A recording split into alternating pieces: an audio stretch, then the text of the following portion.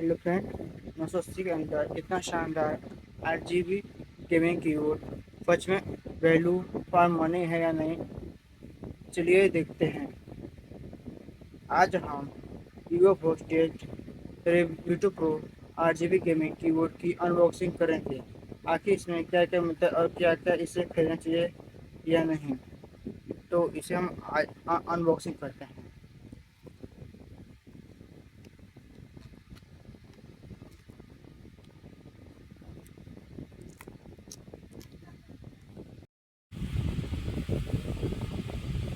Friend, इसे अभी देखिए, इसमें हमारा 6 जोन 8 GB लाइट है। इसे पाँच पाँच प्रोग्रामिंग मैक्रो बटन है। जो ये 5 बटन है, ये हमारा मैक्रो बटन है। इसके अंदर हमको ये एक इसका वो 8 GB कीबोर्ड का क्विक शॉट गाइड मिला है। एक ये है, एक इसका वारंटी कार्ड है। ये देखिए कितना सुंदर से मुझे लग रहा है जिसकी 8 GB लाइट। चलो इसके हम टेस्टिंग करते हैं।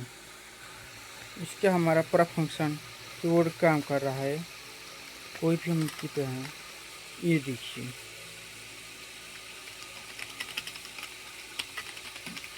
इसमें हमारा 6 जोन लाइट होती है। 6 जोन, एक मतलब इसमें 6 जोन लाइट है। इसके अलग अलग ट्रांजेक्शन करता है।